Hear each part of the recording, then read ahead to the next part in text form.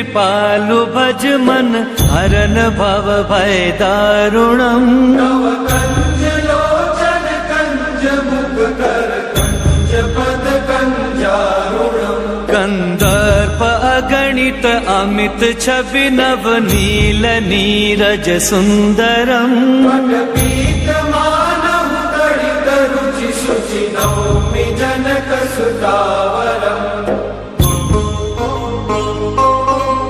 भजु दीन बंधु दिनेश दानव दैत्य वंश निकंदनम् रघुनंद आनंद कंद कौशल चंद दशरथ नंदनम् शिर मुकुट कुंडल तिलक चारु उदार अंग विभूषणम् आजानुभुज शर चाप कर संग्राम जित कर दूषणम् इति वदति तुलसीदास शंकर शेष मुनि मन रंजनम् मम हृदय कुंज निवास कुरु कामादि कल दल गंजनम्